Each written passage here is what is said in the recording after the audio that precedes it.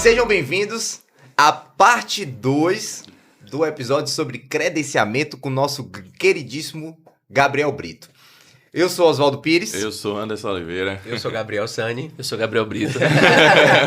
Não vamos delongar muito e vamos voltar, né? Que a gente concluiu.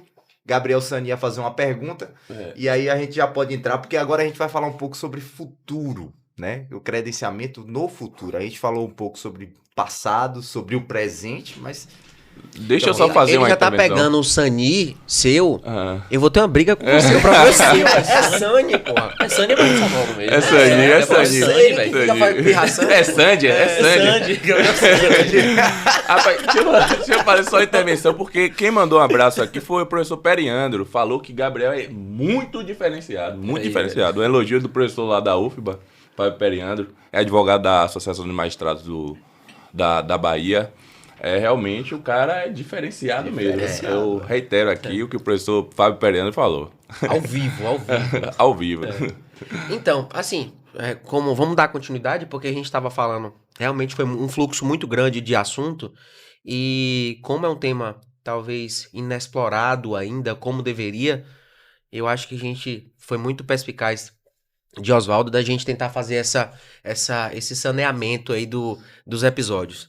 Mas, antes de falar sobre o futuro, na verdade, fazer uma provocação, te escutar a respeito da questão do critério da escolha. A gente estava discutindo na parte 1, falando sobre a questão do... Você deu o exemplo de leiloeiros, e também de advogados que você falou que não concorda, talvez pela Natureza do serviço. pela natureza do serviço, mas vamos utilizar esses exemplos que você trouxe sobre a fila de espera e Distribuição de demanda. distribuição de demanda. Eu posso estar sendo leigo no que eu estou falando, mas esses serviços têm uma... Para o fornecedor, existe um critério ali de volatilidade da demanda, no sentido de... Pode ser que um processo, pode ser que um leilão seja mais proveitoso que o outro. O leiloeiro, ele ganha percentual. Sim. Tem uma demanda fixa, mas tem um percentual. Geralmente, quando você fala de leilão privado, tá rodando em 5%. Uhum. A demanda do ente público, ela pode variar. Se é percentual, um leilão, ele é melhor do que o outro.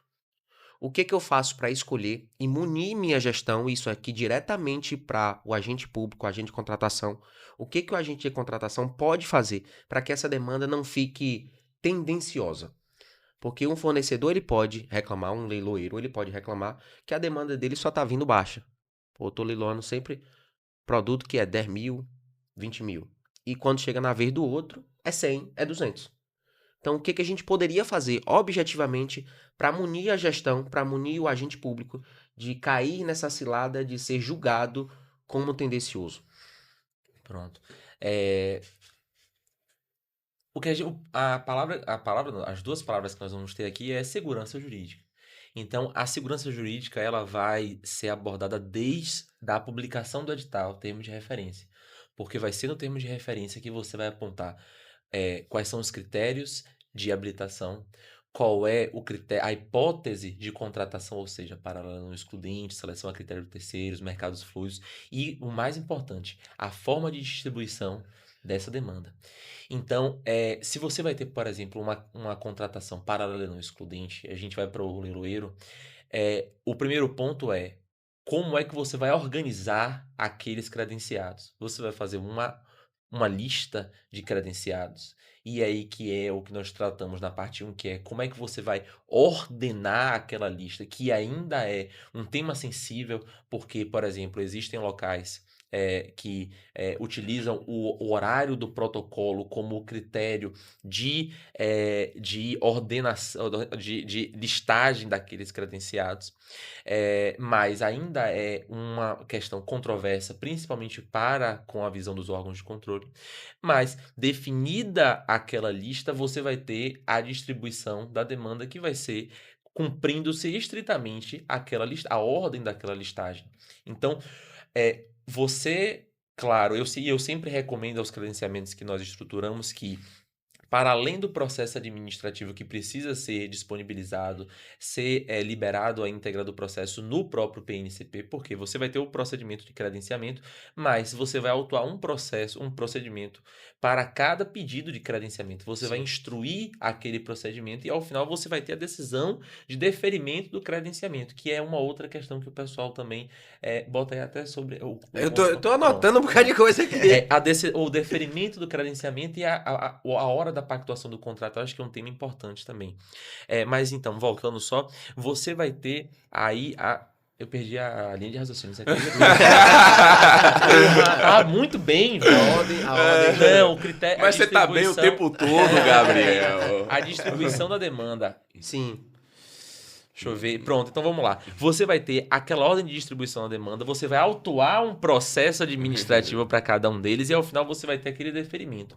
O próximo passo é vocês lançar a lista de credenciados, que eu sempre recomendo que você também faça essa distribuição, a publicação no site daquele órgão. Por quê? Porque você vai dar transparência ao processo. Então você vai saber que o primeiro da lista é Anderson, o segundo é Oswaldo, o terceiro é Gabriel Sani e depois é Gabriel Brito.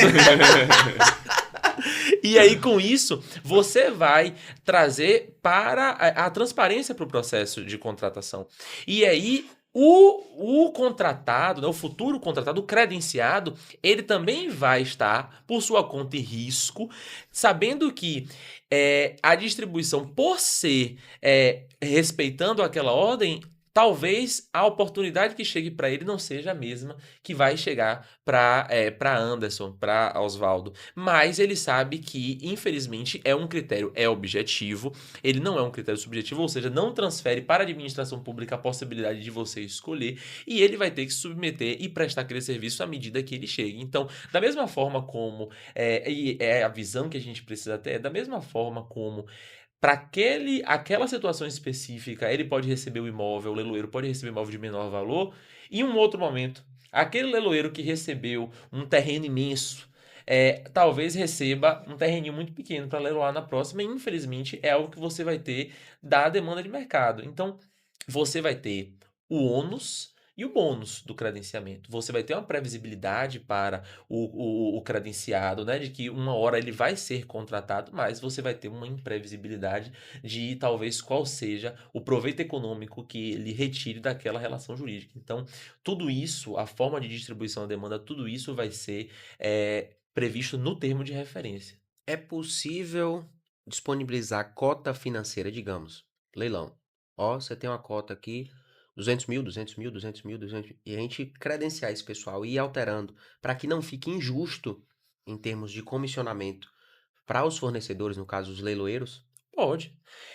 E aí a minha maior questão, o credenciamento é bonito, eu acho, porque você precisa ter uma visão de mercado, uma visão econômica, porque veja, você acabou de me dar uma outra solução.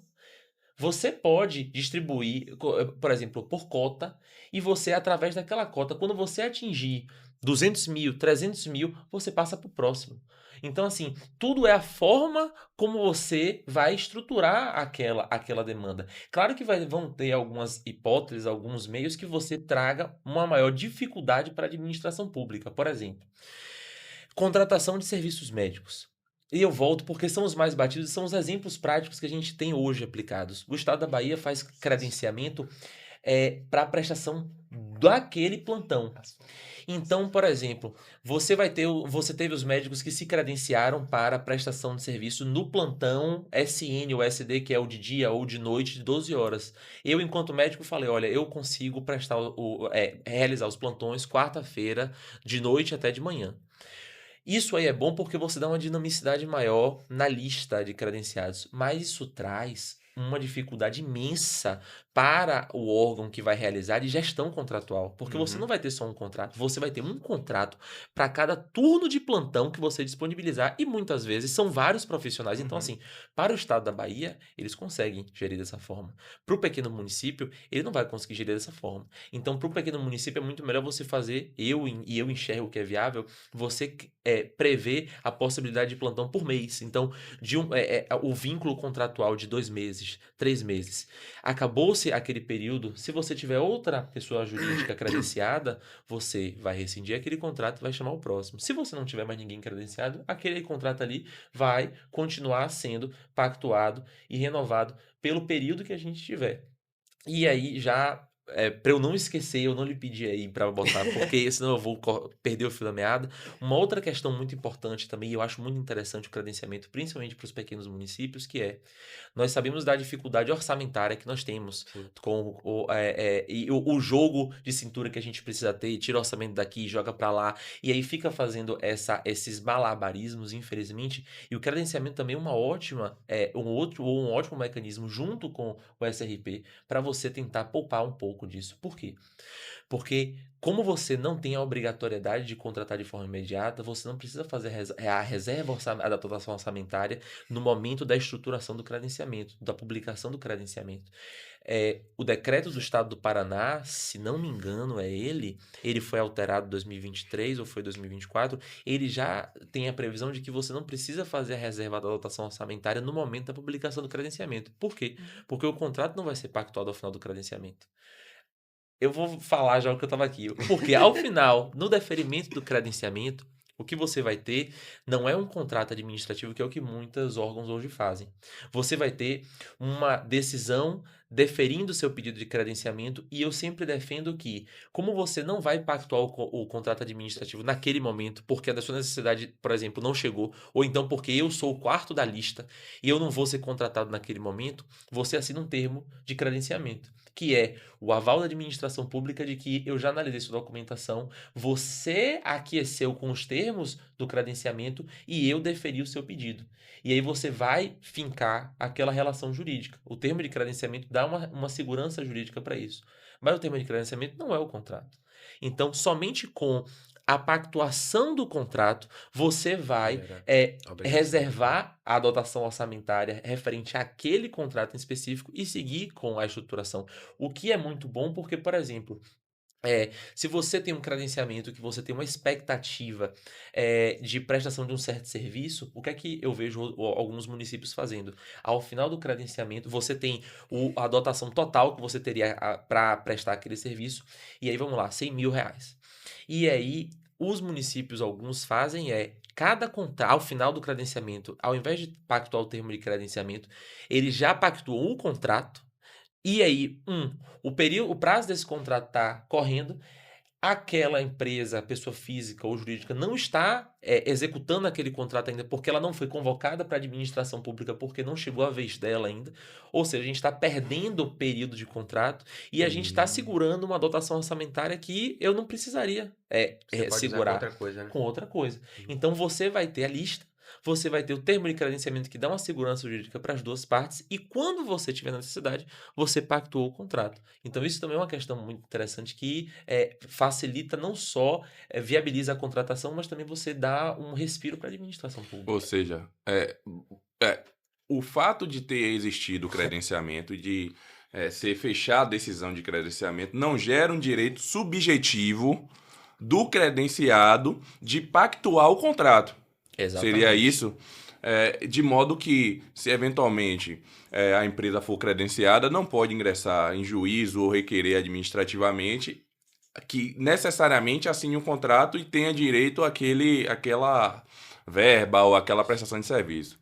Por outro lado, vincula a administração pública, porque não pode haver um novo credenciamento processo sobre o mesmo objeto, é isso? E só para fazer uma ressalva, para a gente deixar muito claro a distinção dessa expectativa de contratação até do SRP. Não gera a expectativa de contratação imediata, mas a gente não pode ver o que a gente já enxerga hoje em alguns locais, que você faz o credenciamento e aí você estrutura ele para só a primeira empresa ser contratada. E aí, depois que acaba o contrato, ou então já é prestado aquele serviço, você encerra o credenciamento. O credenciamento não é feito para isso. O credenciamento é feito para você não precisar contratar imediatamente, mas que você projete uma demanda que ele será contratado. Porque a distribuição das oportunidades tem que ser igualitária. Porque senão, o que você fez? Você simplesmente violou o princípio da obrigatoriedade de licitar, contratou quem você queria, foi prestado serviço e depois eu rescindi aqui, eu cancelei o credenciamento, rescindi o contrato, cancelei, revoguei os termos de credenciamento que não são contrato, e aí a administração passa agora para uma licitação para o mesmo objeto, ou então um novo credenciamento. Isso aí é a desvirtuação do credenciamento. No caso, o credenciamento ele tem que ficar permanentemente aberto. Exatamente. Cara, É, vocês estavam conversando eu aqui. Já viu aquele meme que o cara faz assim, ó. É isso aí. Cara, e aí eu volto àquela mesma pergunta que foi no final do episódio, que é qual vem primeiro, né? O credenciamento ou o processo de inexigibilidade. E Rony Charles, ele traz um aspecto que ele sempre fala, credenciamento é procedimento auxiliar. Ponto. O contrato é inexo.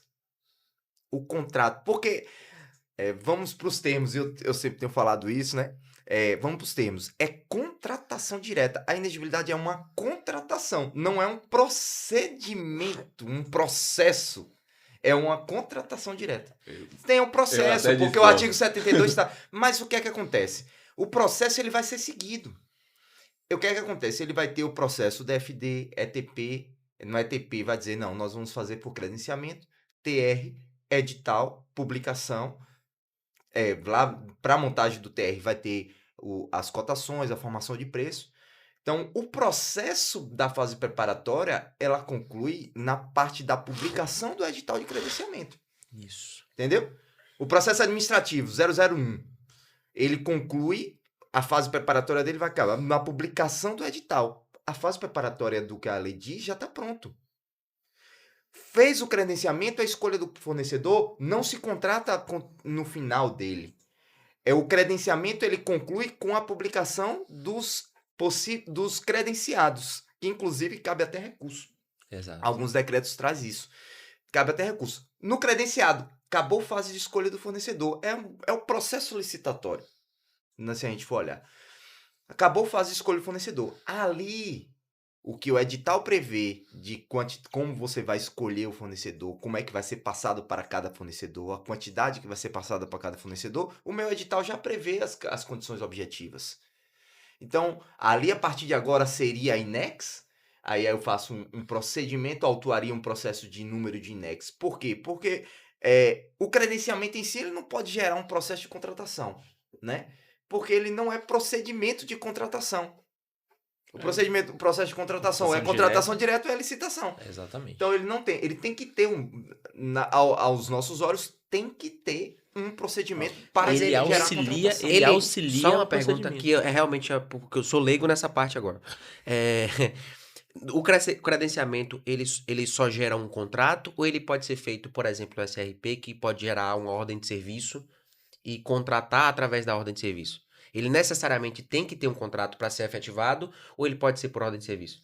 Ele pode ser por ordem de serviço. Porque, veja, a ordem de serviço não vai desnaturar a relação contratual que você vai ter. A única coisa que você vai ter é a substituição daquela Do instrumento. Da redação expressa. Exatamente. Você vai ter a substituição do instrumento. Então, por exemplo, se você vai ter credenciamento de serviços funerários. Serviços funerários, você vai ter as funerárias ali credenciadas. E aí, serviços funerários, e aí é uma questão também, até... quais objetos podem ser credenciados? Quais objetos não podem ser credenciados?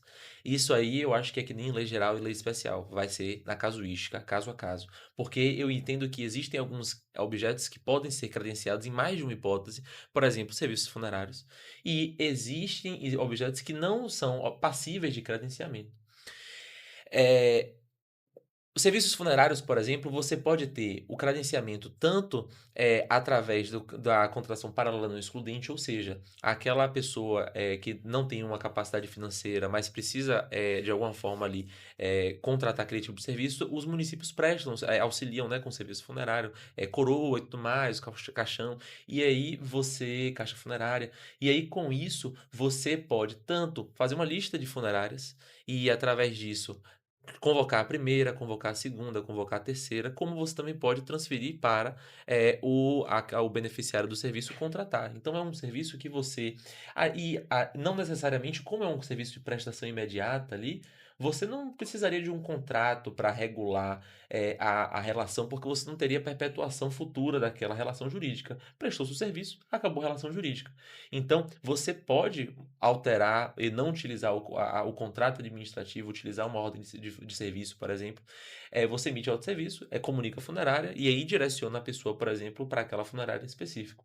E aí, com isso, por exemplo, nesse caso, se fosse contratação paralela não excludente. Se fosse uma contratação a critério de terceiros, em função da manutenção da relação jurídica que você vai ter da funerária com a administração pública, eu já acho que é muito melhor você trazer ali um contrato administrativo, dá mais segurança jurídica. Sim. Então depende muito da situação fática. Então é você analisar a situação e com isso você estruturar o que dá mais segurança para ambas as partes. Só para continuar, que eu acho que é o mesmo assunto, você teria como passar a sua opinião a respeito do limiar, assim, do que a gente poderia definir critérios, o que pode ser utilizado de definição de critério para credenciamento no edital, o que pode ser feito através de normativa executiva, então sem necessidade. Decreto, O o decreto, regulamento, né? Que regulamento. até o parágrafo único eu ia falar sobre isso. O que precisaria ser regulamento, passar por uma Câmara, uma casa legislativa. legislação. Então, qual é o limiar desse critério?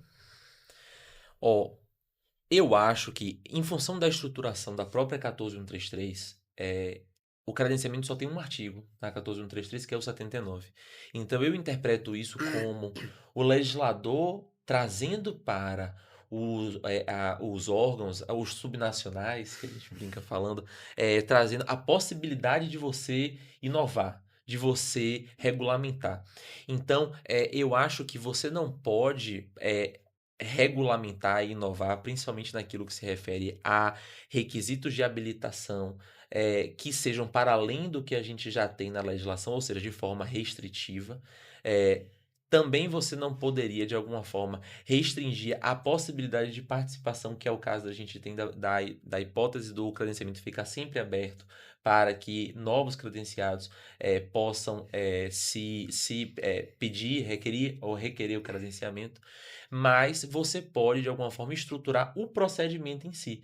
Então, você pode estruturar como vai ser feita a fase, por exemplo, de impugnação, a fase de recurso, porque eu tenho diversas questões sobre o credenciamento. Por exemplo, eu só posso impugnar aquele edital de credenciamento no momento que ele é lançado, ou eu posso impugnar aquele edital a qualquer momento? Por quê? Se eu deixo ele sempre aberto, Criativo. hoje eu lancei o edital, aí você viu, você impugnou, ok, eu não acolhi sua impugnação, a gente seguiu. Mas daqui a um mês, Oswaldo viu, identificou uma ilegalidade ali. Tudo isso não tem decisão, então precisa ser criado. Casos Que omissos, doideira, né? Isso. Por Casos exemplo, omissos. Oswaldo viu um requisito ali que não condiz com a realidade, não condiz não cumpre os requisitos de habilitação, por exemplo, e ele impugnou, ele queria impugnar aquele edital. Pronto. Eu vou ter que analisar, no mínimo como direito de petição, eu deferia o pedido dele. Eu vou fazer o que com esse edital? Eu vou republicar o edital? Eu vou recredenciar quem já estava credenciado? Então, eu acho que tudo isso tem que ser objeto objeto de regulamentação, como a gente já tem, por exemplo, de forma muito pequena ainda, alguns regulamentos que foram já da 14133 sendo expandidos, como é o caso que, se eu não me engano, é Paraná, que a gente tem já a inclusão de que não precisa ser incluída a dotação orçamentária a reserva da dotação orçamentária no momento da publicação do edital. Então, eu acho que, novamente, a gente vai ter que tatear ainda, e mais do que eu acho, infelizmente, o que eu acho, eu vou defender o que eu acho, mas a gente vai ter que saber também o que os órgãos de controle acham, porque a gente tem que ponderar. Não é porque o órgão de controle é o Deus da razão. Não, é porque a gente sabe que existe ali uma disparidade de poderes, óbvio, mas que o que a gente acha a gente vai defender com justificativa. Então a gente tem que chamar o órgão de controle, demonstrar para ele do porquê da legalidade daquilo, e o mais importante é debater. O debate é o que vai enriquecer e vai traçar essa linha muito tênue entre o que eu consigo regulamentar, o que eu não consigo regulamentar, o que eu consigo trazer para o edital. Então, eu acho que o ponto principal é esse, é debater-se mais o credenciamento, como a gente está fazendo aqui, para que a partir disso a gente consiga definir esses critérios e ter uma maior segurança jurídica. Eu até acredito que 2 pontos. Você acabou me convencendo, Oswaldo, juntamente com o Gabriel, principalmente Gabriel, nosso convidado, de que já existe um processo, ou seja, o procedimento é incidental dentro de um processo que já existe. Então, assim, primeiro vem a galinha e depois o ovo. E o segundo ponto acerca dessa questão de legislar, eu venho sempre batendo nessa tecla, e acredito que essa segurança jurídica que você menciona, ela advirá certamente do processo legislativo, de uma regulamentação legal do procedimento. Até porque, para eventualmente, se alcançar uma eventual irregularidade ou ilegalidade do agente público, seria necessário a declaração de inconstitucionalidade da lei. Porque assim, vamos supor, o cara lá desconsidera aqueles valores para fins da lei de responsabilidade fiscal. Eventualmente pode acontecer uma interpretação de que isso é irregular. Se você estiver na legislação do município, principalmente, esses critérios, esses procedimentos, certamente você vai ter menos problemas.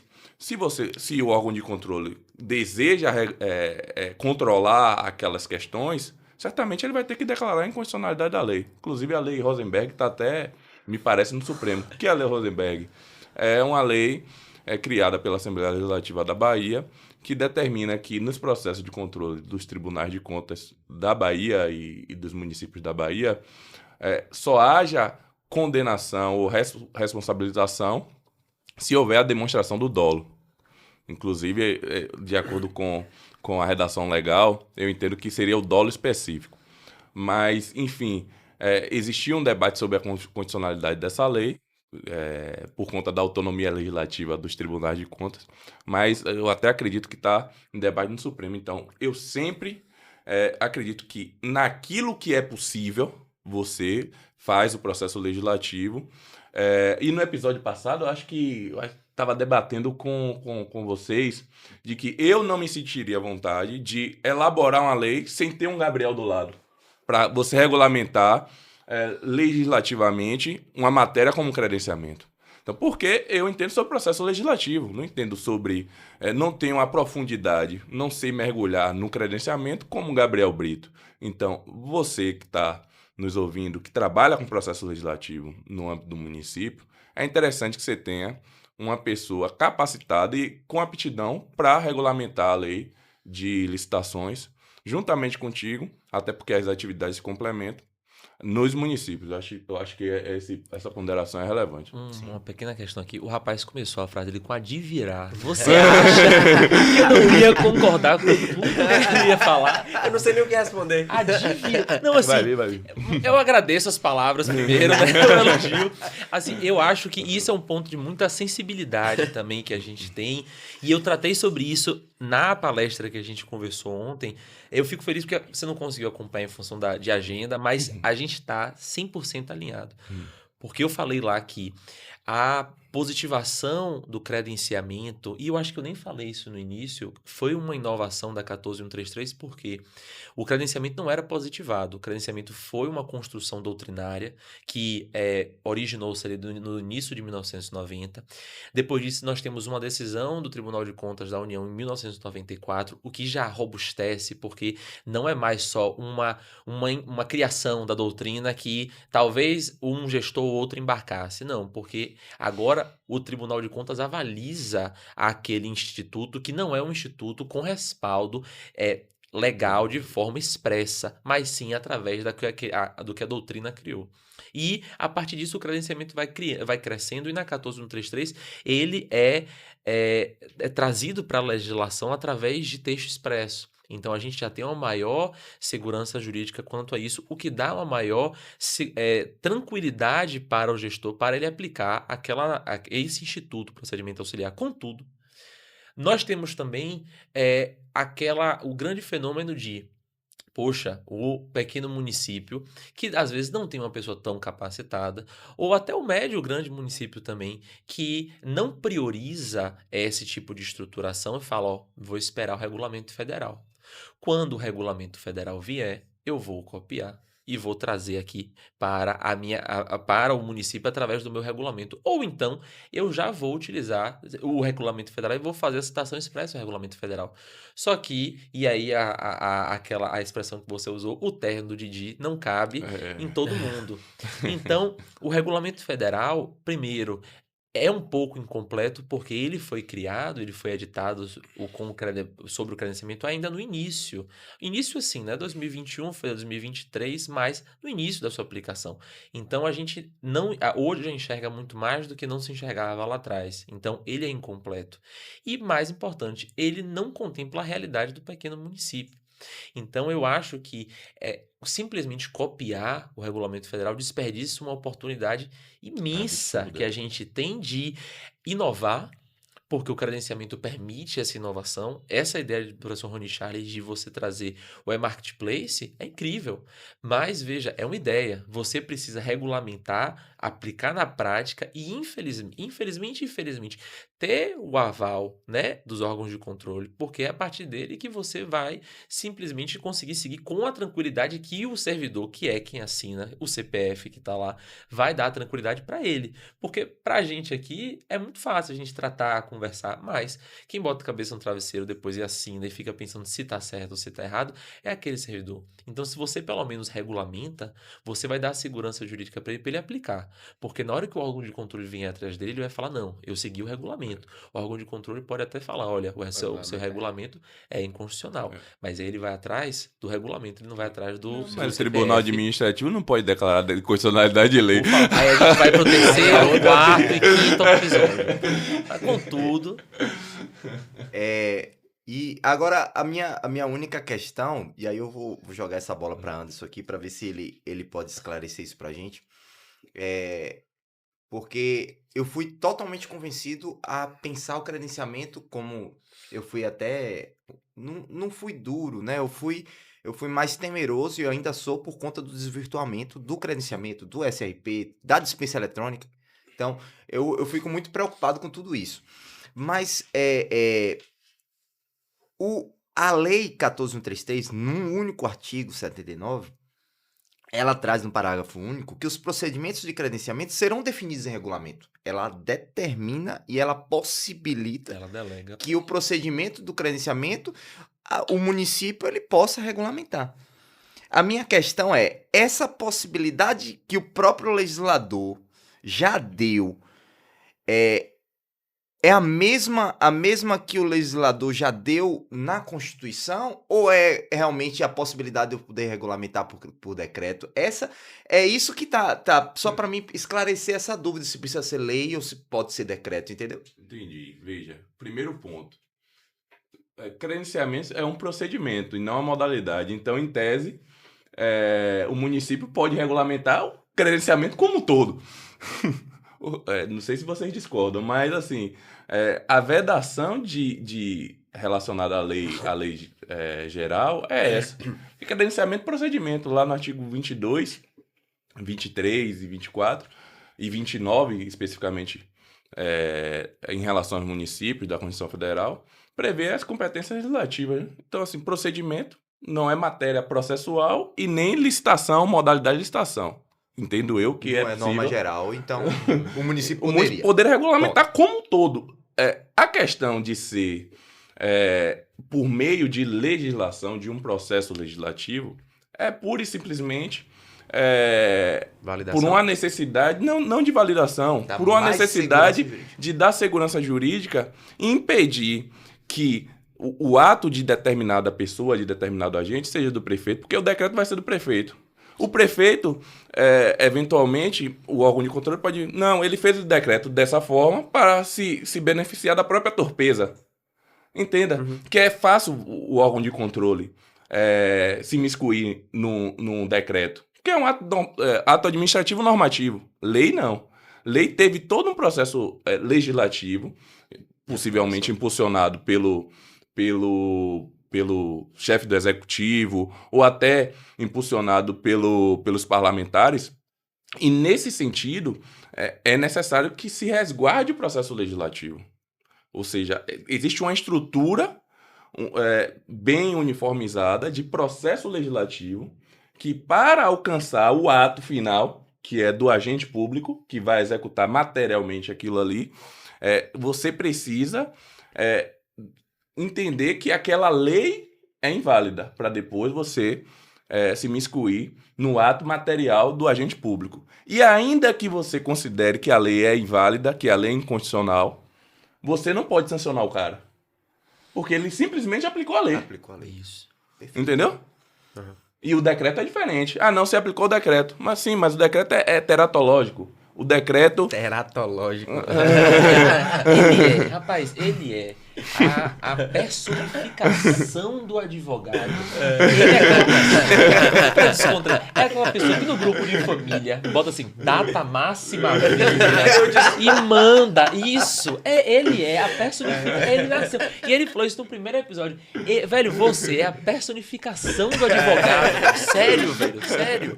A resenha do podcast é isso aí. Isso, velho. Data máxima. Velho. Eu costumo falar que quando eu coloco a armadura é diferente. Quando eu tô sem armadura, eu não quero nem falar em direito. Vira a chave. Vira a chave. A gente tá até conversando com o pessoal do marketing da gente, porque toda publicação tem que ter uma legenda lá, ó. Um dicionário a respeito, um glossário. Eu tenho uns... Só pra descontrair até, a maioria dos meus amigos são publicitários. E aí, a gente conversa sobre trivialidades e tudo mais, mas eles dizem que é muito claro isso. Quando eles me perguntam qualquer coisa vinculada ao direito, parece que vira a chave. Velho, o vocabulário é completamente diferente. Tom de voz. Isso! Eles dizem que meu tom de voz muda quando eu estou falando sobre direito. Eles falam, tá bom, você já explicou juridicamente, agora traduza para pessoas normais o que você falou. É exatamente isso aí, velho. Rapaz, assim, inclusive quando eu tô na minha vida pessoal, eu não gosto de falar direito. E quando alguém vem falar, assim, tô numa reunião de família, tomando um esquinho que eu gosto. Rapaz, a pessoa vem falar, não, me pergunta. Olha, não me pergunte que eu não vou responder. Não respondo, eu não sei nada. Não sei. Vai pesquisar no Google aí. Então, assim, vai pesquisar no Juiz Brasil. Agora, deixa eu... Mas apesar da gente ter a possibilidade de regulamentar por decreto, realmente por questão de segurança. Sim. Que a gente vá para a legislação. Vai ser um processo mais complexo, né? Alguns municípios vai ser mais difícil, mas regulamente por decreto e encaminha essa lei. Eu acho até que a lei... Porque a própria Câmara vai aplicar. Você convence o cara assim. O presidente da Câmara, tudo bem, você quer fazer por decreto ou quer fazer por resolução? Você pode. Que é um outro problema. Se a Câmara teria possibilidade de regulamentar isso. Entendo que eu que sim, mas você está correndo risco. Então, bora fazer lei que todo mundo vai ter que aplicar. Sim. Então, você vai proteger a própria Câmara. Padrão. Perfeito. Agora, assim, deixa eu... que a gente começou o episódio, que a segunda parte era para falar sobre o futuro. E a gente começou a conversar e não teve futuro ainda, só tratando, mas pela riqueza do nosso convidado aqui de assunto, de conteúdo. Tem 2 pontos aqui que são interessantes a tratar e fazer referência das pessoas. Ícaro, diversas vezes, Ícaro Bittar, professor Ícaro Bittar, um abraço. Ele tem uma palestra, um conteúdo muito direcionado para flexibilização das contratações. Eu acho muito interessante, um assunto muito relevante. E, certa feita, a gente estava num congresso e a gente fez essa pergunta para ele. O que acharia do futuro? E ele foi categórico. Que ele acha que o futuro das contratações seria o credenciamento. Principalmente o credenciamento. Tem um contexto aí, mas Em tese seria isso. E no episódio passado, a gente conversando com o Rony, nós fizemos essa provocação que vai ser passada aqui para você. Nós perguntamos, Rony, qual é o futuro das licitações? E ele trouxe tanto a ideia dele, que ele traz de uma percepção das empresas públicas, e ele faz um livro, esse livro a gente disponibilizou até aqui no episódio passado, falando sobre o futuro das contratações, e ele traz o e-marketplace. Ele fala que não só o credenciamento seria o procedimento a ser utilizado, que teriam outros procedimentos, seja comum, seja auxiliar, para a contratação, mas que o mercado seria o e-marketplace, que seria a Amazon pública, né? E a pergunta que eu te faço, você que atua muito com credenciamento, como você enxerga o futuro do credenciamento e das contratações? Pronto, vamos lá. Isso aí é um ponto também que eu e Oswaldo, a gente debateu no nosso artigo, porque acredito que em função da natureza, da criação, do como o credenciamento foi criado, ainda foca-se muito no credenciamento somente relacionado às hipóteses de inexigibilidade, a contratação por meio de inexigibilidade. Mas hoje, o credenciamento, por ser um procedimento estruturante, ele não viabiliza só as contratações por inexigibilidade. Ele viabiliza também as contratações por dispensa. Ele pode vir a viabilizar. Você não tem nenhum artigo da lei que ele vede a aplicação do credenciamento à viabilização de uma contratação por meio de dispensa. Muito pelo contrário. O que você tem, na verdade, é o credenciamento, de novo, sendo aquele procedimento que vai ser emprestado para viabilizar uma contratação. O que é a única coisa que você vai precisar, e aí é necessário um amadurecimento, novamente, é conseguir enxergar qual é o objeto que pode ser contratado, o objeto previsto nas hipóteses de dispensa, né, o artigo 75 da 14133, que autorize e seja compatível com a dinâmica do credenciamento. E aí eu lhe digo até por quê. Porque, assim, por exemplo, qual é a diferença de uma hipótese de inexigibilidade para uma hipótese de dispensa? A única diferença que você vai ter é a opção do legislador de onde é que aquela hipótese vai estar. Claro que você tem aquelas questões vinculadas à inviabilidade de competição, o fornecedor exclusivo, mas, por exemplo, o que é que mudou na locação de imóvel que antes era dispensa e agora é inexigibilidade? Da 8.666 para 14.133. Nada. O que mudou-se foi que lá atrás o legislador optou por prever como uma hipótese de dispensa. Mas a natureza da locação nunca inviabilizou, se não existe aquela possibilidade de competição, do reconhecimento dela também como o conceito de inexigibilidade. Então, o que você vai ter da aplicação do credenciamento para auxiliar as hipóteses de dispensa por exemplo, eu até citei no Congresso a possibilidade de você contratar profissional com. Me fugiu o termo agora, mas é profissional técnico especializado para compor banca de avaliação.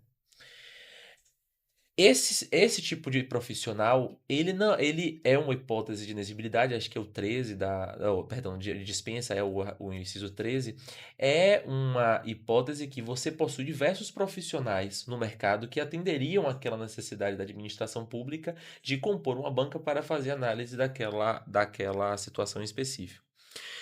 E aí, o que é que você vai fazer? Você vai utilizar o credenciamento como um mecanismo de análise prévia de que aqueles profissionais que se demonstrem interessados a serem contratados pela administração pública comprovem a sua aptidão, a sua capacitação técnica através dos critérios objetivos que sejam traçados no edital, no termo de referência.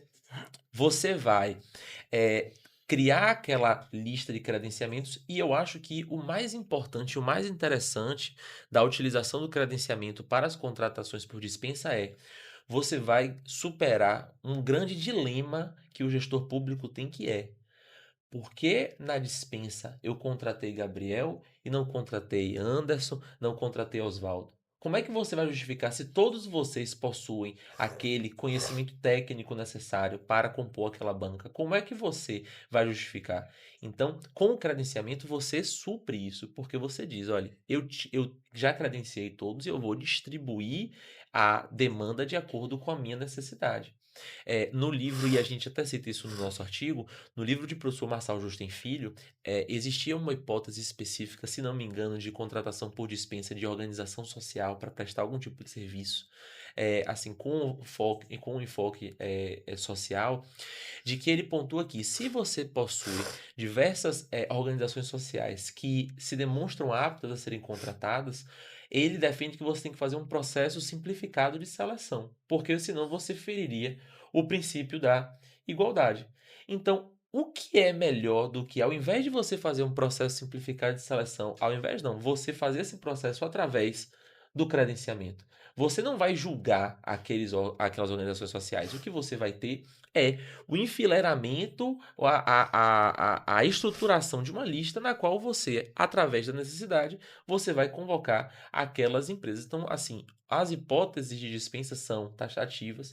Então, o que você precisa é casar com a estruturação do credenciamento. Quando nós fomos estruturar o artigo, eu peguei o artigo 75 e dei uma olhada no que a gente tinha lá e, assim, rapidamente eu consegui pensar em alguns. Nós trouxemos alguns. Se não me engano, existe uma hipótese de construção de cisternas, Uhum. que é muito interessante. Você pode credenciar empresas para contratar empresas para construção de cisternas em áreas de necessidade. Existe uma outra para distribuição de refeições também para pessoas de baixa renda. Tudo com função social. Tudo função social. E assim, não só por ser função social, mas é porque, na minha visão muito limitada até, eu consegui pensar mas veja que você aqui já me trouxe, por exemplo, na questão do leiloeiro, uma visão que é muito mais uma visão não de licitação, mas uma visão mercadológica, uma visão econômica de como é que eu poderia remodelar aquela estruturação sem fugir do credenciamento. Então eu acho que o mais importante é você entender o que é o credenciamento e enxergar como você conseguiria passar para o papel a possibilidade de você distribuir aquela demanda de forma igualitária. Então eu acho que esse aí é o iniciozinho do que pode ser o credenciamento no futuro. Perfeito. E sobre, falando também de futuro, né?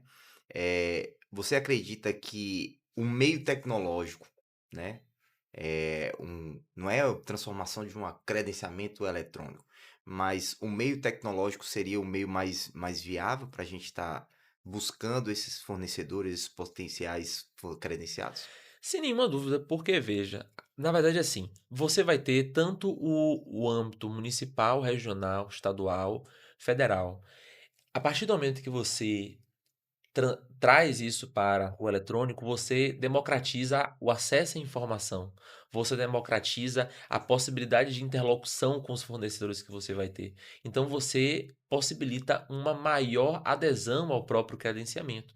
E isso aí é muito importante, porque veja, eh, a partir da demanda, eu consigo entender até se o meu credenciamento está estruturado de forma adequada ou não. Por quê? Porque um problema que a gente tem muito sério no credenciamento é a precificação daquele serviço. Porque, veja, a gente sabe que quando você vai estruturar um processo licitatório, você faz cotação com o fornecedor. O que é que o fornecedor sempre vai fazer? O fornecedor sabe qual é o preço dele, o fornecedor vai dar aquela gordurinha para subir o preço do orçamento. Aí você faz o quê? Você pega o banco de preço, que o preço vai estar o preço final contratado, e aí você vai dar a realidade do preço. Aquela equilibrada. Isso, a equilibrado do preço. Só que veja, no credenciamento, você não pode fazer a contratação só com o fornecedor, porque você não vai ter a competição.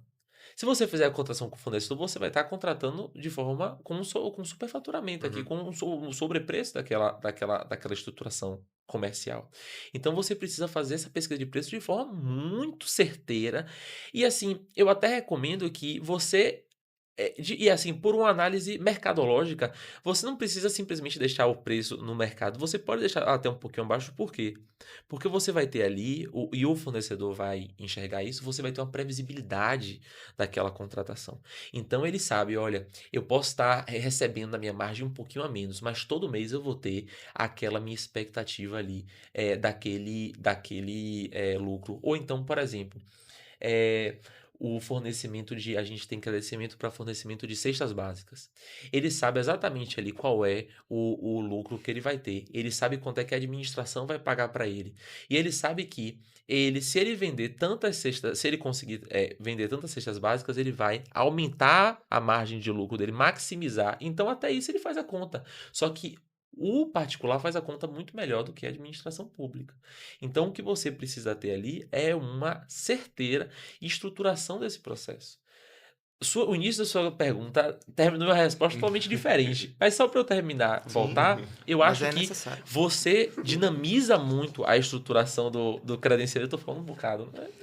Eu falo. A dinamização do credenciamento é muito importante, entende? Mas você também tem certas limitações por causa do âmbito de aplicação daquele serviço. Então, para nível federal, massa. Mas para nível municipal, por exemplo, o processo eletrônico é importante porque dá transparência. Mas sobre o aspecto da ampliação do acesso, eu acho que não tem muita diferença. É muito mais para uma questão de segurança jurídica, tanto a administração quanto o administrado, e assegurar a transparência daquele processo como um todo. É, é interessante, a gente começou e lá em Jequié, eu muito temeroso por conta do desvirtuamento, eu continuo achando que é preciso tomar muito cuidado com o desvirtuamento, mas sim, o credenciamento é uma parte do futuro das contratações. Existem muitas coisas que você trouxe aqui, muitos insights, eu acredito que até o nosso público, quando assistir esse, vai falar assim, poxa, eu nunca tinha pensado nisso. E porque comigo foi assim. Muitos assuntos aqui que a gente tratou e que você trouxe, com muita propriedade, por sinal. E aí, é, a possibilidade de fazer isso através de um procedimento eletrônico, regulamentação através de lei, para poder dar mais segurança jurídica e todos esses aspectos, né? E aí eu queria deixar aqui você falando, para você ter ideia de como as coisas funcionam e de como o nossa mente vai abrindo. Gabriel fala muito sobre registro de preço e ele tem uma defesa muito grande. Realmente a própria lei traz isso sobre IRP, né? A possibilidade da intenção do registro de preço. Pode ser uma questão doutrinária, a gente pode até começar a discutir. Daqui a pouco a gente vai se tornar, tá escrevendo algo desse tipo, porque o credenciamento ele surgiu assim, do nada, da mente de um cara. Uma necessidade prática que precisava de uma solução. E a possibilidade da intenção de credenciamento para que um órgão possa fazer isso e vários órgãos juntos com a mesma demanda, que a gente sabe que a maioria das demandas são parecidas, na mesma demanda, aumentar esse quantitativo para que os fornecedores comecem a ter mais interesse ainda de participar, né? Eu tenho, talvez ainda não entrou na minha cabeça em concordar nessa parte do eletrônico. Porque... Você é da tecnologia. Não, É brincadeira. Veja o motivo, assim, ó. Hoje a gente tem uma realidade de que, por conta dessa questão eletrônica, a gente tem o Brasil inteiro participando de um processo. O credenciamento, ele não é um processo competitivo. Isso, concorrencial. Ele não é de concorrência. Então, talvez o objetivo dele não é que todo mundo participe e venha lá demonstrar a situação. É você obter uma demanda que é ali uma trivialidade da gestão e que você precisa talvez de um fornecedor bem próximo, um fornecedor que conheça a realidade ali local, que a maioria das demandas está dentro dessa realidade, exceto outras coisas que a gente tratou. Quando você abre para a parte da internet, do eletrônico, você abre um mundo que talvez não seja o mundo que o credenciamento busque. Eu posso estar falando uma bobagem absurda. E pode ser também que por testagem, por regulamentação, por experimentação, a gente descubra que seja totalmente diferente. Hoje, eu não enxergo que seja uma opção assim que traga uma vantagem. Não que seja proibido, mas que não traga uma vantagem direta para o credenciamento. É só um ponto. Não, Discordando. a sua discordância não é Impertinente. não é não é mesmo. Ele até concorda com que é unir o âmbito. Então, por exemplo, se eu vou credenciar no estado da Bahia, eu posso credenciar para, por exemplo, diversas clínicas, hospitais que eu tenho dentro todo o estado. E aí, fornecimento de insumos, insumos hospitalares. Eu posso credenciar as empresas e dividi-las através dos âmbitos de Sim. distribuição, entendeu? E até prever, por exemplo, um raio de aplicação ali, de possibilidade de você se credenciar. Ou você se credenciar para, você vai ser deferido naquele credenciamento, mas para um hospital em específico. Então, eu acho que depende muito da sua necessidade e você, de novo, você conseguir trazer a realidade para o procedimento. E eu falo da impertinência, que não há impertinência, porque a sua visão é o problema que a gente está tendo no eletrônico, Sim. né? A gente está tendo no eletrônico, o pregão eletrônico acontece. Esses dias um cara estava me relatando que em um determinado município, licitação de gás, veio uma empresa do Maranhão participou. Como que esse cara vai entregar gás no município do interior da Bahia? Para e pensa. Entendeu? E o cara veio e competiu Com pessoas da região. do município. Aí, então a questão é que ele ganha, depois ele compra na mão do cara para poder entregar lá dentro do município. Então, é toda essa questão. Mas é pertinente sim, né? Mas eu trago isso por conta do peso que o eletrônico está trazendo sobre o processo. A lei só fala no artigo 17, no inciso 3, 4, que a licitação será no formato eletrônico. E poderá ser no presencial se houver justificativa. Mas dispensa, inexigibilidade, contratação direta, credenciamento, não há obrigatoriedade. Né? Aqui é só mesmo para a gente pensar na possibilidade de a gente fazer isso para o eletrônico, para a gente quebrar um pouco do agente público acabar tendo contato, né? Esse é um problema, contato direto com o fornecedor. É até um ponto essa questão, rapidamente sobre isso, da Ele tá responsabilidade. entrando outra Vai começar parte 3. Da responsabilidade de encontrar o melhor preço.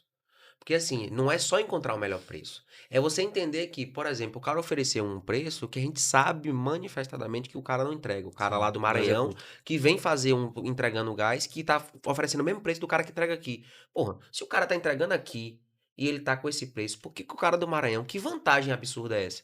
Talvez chegue no meio do contrato, ele vai lá dar um furo. Não vai ficar prejudicial? Então, assim, esses pontos que eu acho que ainda são muito sensíveis pra gente tratar, porque a gente tem essa fissura na cabeça do preço, precisa observar. A gente está tendo licitações que estão já tendo alguns problemas de concorrência, muita gente participando por causa do eletrônico, precisa entender como é que mitigar isso. E também essa questão do preço, entender a realidade. Pô, mesmo que você falou que o fornecedor ele tem uma ideia melhor do que do gestor público, mas o público entende aquele que é um preço furado. Sim. Ele sabe, pô, ele tá executando outros processos anteriores, tem outras pessoas que têm uma referência desses processos. Então, assim, essa questão do preço é sensível e gera muito prejuízo. É isso aí. Vamos abrir para considerações finais. Não esgotamos o credenciamento. Mas você fala um bocado, viu, velho? Dá uma água pro rapaz. Rapaz, Tem. Gabriel Brito, fica à vontade para fazer suas considerações finais. Fala um pouco sobre o Licita Mais também. Chama o pessoal, fica à vontade. Pessoal, na verdade, assim, eu vou voltar a agradecer, porque o convite, além de ter sido com muita surpresa que eu recebi, porque eu sei que o projeto começou a ter um tempinho, já tem alguns episódios, mas vocês têm muitos nomes para chamar. Eu fiquei muito lisonjeado. E mais do que isso, a gente começa a fazer aquilo que eu acho que é o motivo principal dessa união que vocês têm, que a gente tem lá com o pessoal do FOPEC, que é começar a entender que a gente também é capaz né? Então, assim, de produzir conteúdo, de produzir artigo, de produzir doutrina e externalizar isso para não só para a administração, para o mundo jurídico e também para o não jurídico. Então, eu acho que eu saio daqui dessa conversa hoje muito, muito feliz, me sentindo muito agraciado com o convite de vocês e não poderia estar, assim, mais orgulhoso do que a gente construiu aqui hoje e tenho certeza que vocês ainda vão construir muito mais, nós vamos construir muito mais. Então eu queria agradecer de coração aqui o convite de A gente que vocês. agradece. Eu convido o pessoal de casa também a seguir o Licita Mais, que é esse Instagram que eu comecei a construir já tem quase 2 anos. Nós fazemos postagens semanais sobre doutrina, jurisprudência. É um plano para 2026 eu começar, mas eu projeto, porque agora o negócio tá pegando um pouco, mas para 2026 começar a botar mais meu rosto lá, mas não quer dizer que o conteúdo termina. Na verdade, a gente vai intensificar o que a gente já tem hoje. Lá eu não falo só de credenciamento, falo sobre decisões dos tribunais, TCM, TCU, os outros tribunais do país, e também divulgo sempre os eventos que a gente participa, que a gente vai ter. E é isso, eu queria agradecer muito a atenção de vocês e terem ficado até aqui escutando a gente falar um bocado. Eu que fico. A gente fica lisonjeado, fica feliz, né, pela sua presença. E agradecemos a sua disponibilidade, que desde o início, quando você fez a primeira postagem, só marcar o dia e a hora. Diga de no horário dia que eu mandei, venho. o áudio dele foi imediato. Que nada, já tá certo, eu já vou. Se eu tivesse agenda, eu ia desmarcar. Mas a gente fica muito feliz por isso. A gente vai lhe convidar mais vezes, porque tem muito conteúdo ainda para debater. Você não fala só sobre o credenciamento, né? Mas esse é o lugar para a gente estar debatendo vários assuntos e realmente levar conteúdo para o agente público, para o nosso público lá no fundo, lá na ponta. É isso. Vocês perceberam que Oswaldo é nosso relações públicas. Cada um exerce uma função, né? Você é o nosso jurídico. Não, eu sou o carregador de mala. Sou o carregador de mala. Mas assim, agradecer mais uma vez Gabriel Brito, esse cara que é fenomenal. Inclusive, da turma passada, porque Gabriel Brito é de uma turma anterior à nossa na pós. Então, assim, das relações que construímos, salvo engano, Janielson e Marcelo, Gabriel Brito é o mais próximo. E assim, realmente, quando surgiu essas ideias de elencar as pessoas que seriam convidadas, seu nome foi unanimidade. Alto escalão. Obrigado. Unanimidade. Quase anterior a Rony. Não, aí pelo amor de Deus. Aí você não tá faltando com a verdade, mas eu agradeço o elogio. Não, foi porque Rony também, logo quando a gente publicou, ele se manifestou e tal, e aí foi bacana. E possivelmente o episódio de Gabriel Brito virá logo após o episódio de Rony, né? Exatamente. Se não me engano, na semana que vem, aí a programação é com... quando é segregação de funções. Assim, o tema de hoje, credenciamento, eu acredito que vai ajudar não só para as pessoas que estão no mundo das licitações, mas, e volto a dizer, minha percepção é que muita gente de órgão de controle, e no judiciário também, e nós advogados, que trabalhamos com controle, ações de probidade, etc., não entendemos ou não nos aprofundamos o quão necessário para tratar desses assuntos. E esse mergulho no mundo das licitações, isso que me impulsionou a fazer isso, foi entender como é que funciona o sistema e utilizar isso nas minhas defesas, na minha condução processual. Hoje eu saio daqui brindado com a grande exposição, poderia dizer assim, poderia falar... eu me penitencio porque ontem eu não consegui assistir a palestra de Gabriel Sani, de Gabriel Sani e a sua, porque certamente eu sairia muito maior para a minha atuação profissional. Eu acho que esse episódio vai agregar muito para as pessoas que trabalham também, eu chamo, no controle, na atuação repressiva do mundo das licitações, e não direito material em si, na atuação processual. Então, renovar os agradecimentos, Gabriel. Não sei se vai dar tempo de comemorar e brindar, mas... Se não comemorarem, eu comemoro. Eu acredito que o terceiro episódio virá também, logo após a lista de credenciados. A lista de credenciados. A lista de credenciados. Vai voltar. Então é isso, pessoal. Nos acompanha aí. Esse episódio foi sensacional. Esses episódios foram sensacionais. E aí passa a palavra para Sani, ou Sani. Então, não exauriu aqui os agradecimentos, porque realmente somos muito gratos. A gente estava falando ontem sobre justamente, iniciamos o primeiro episódio do nosso episódio aqui, falando sobre isso, da forma técnica que você trata, e a riqueza de conteúdo, a forma acessível que você fala pra gente. E a prova disso é a gente aí, se for pegar as imagens, a gente tá assim, ó. Te ouvindo. Te ouvindo, é um assunto muito interessante, é um assunto que... não só pelo assunto, mas pela forma como você transmite. A gente te agradece muito. Com toda certeza vão ter outras vezes. Nós somos parceiros não só aqui, da Baiana, de contato, de falar, e eu acho a gente tem essa relação muito interessante. Te agradeço muito, nós te agradecemos muito. E ao pessoal de casa, um recado assim, fantástico. Acompanhe Gabriel. Eu vim falando isso no primeiro episódio, acompanhe. Porque, inclusive, uma sugestão, a gente fazer o próximo episódio com ele, o episódio dele, falando sobre a jurisprudência, até trazendo essa perspectiva dele, do acompanhamento que tem no Licita Mais. E a gente começar a trazer pro pessoal de casa aí, algumas jurisprudências que tenham... Me permita só uma provocação. E essa é extremamente delicada. Se o Tribunal de Contas entender que não houve... Já não tinha agradecido, velho. Vai começar o terceiro. Não, ele vai cortar. Ok, pronto, a provocação, vá. Ok. Vai ficar gravado nos anais. Se o Tribunal de Contas entender que no procedimento de credenciamento não houve irregularidade, e depois, obviamente, é uma contratação direta, vai existir uma contratação direta, o judiciário pode... entender que houve uma irregularidade, ou seja, uma contrariedade de decisões aí, quem é que deve prevalecer? Essa é a provocação.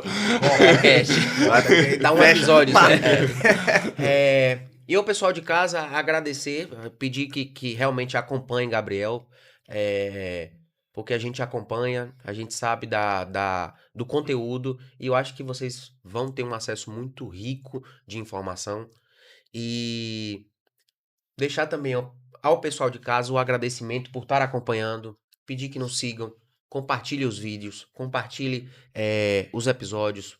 Estamos no YouTube, estamos no Spotify, temos Instagram, estamos no Instagram, temos Instagram pessoal de todo mundo aqui, Gabriel... Brito F. E Licita Mais. Licita.mais. Licita.mais. Da gente aqui, Anderson ponto... É o meu e-mail, anderson.o.adv. Quem quiser mandar e-mail também é Gmail. Osvaldo.mapels. E o meu é o mais informal, Gaba Sani. E o Sopiuriscast, que é o nosso Instagram principal, que tem o nosso conteúdo aí semanal. Duas vezes por semana. A gente tem conteúdo, seja do podcast, seja fora dele. Vamos continuar produzindo isso. Temos muitas pessoas, não só de relevância no trabalho, mas também de conteúdo, que a gente vai estar discutindo assuntos na prática. Esse é um assunto, inclusive, de muita prática. Muito obrigado. Estamos muito felizes. Esse episódio foi muito, muito rico. Tivemos que dividi-lo. E vem com a gente, vem pro SOP. Estamos todos aqui esperando vocês. Muito obrigado. Valeu. Aê. Boa.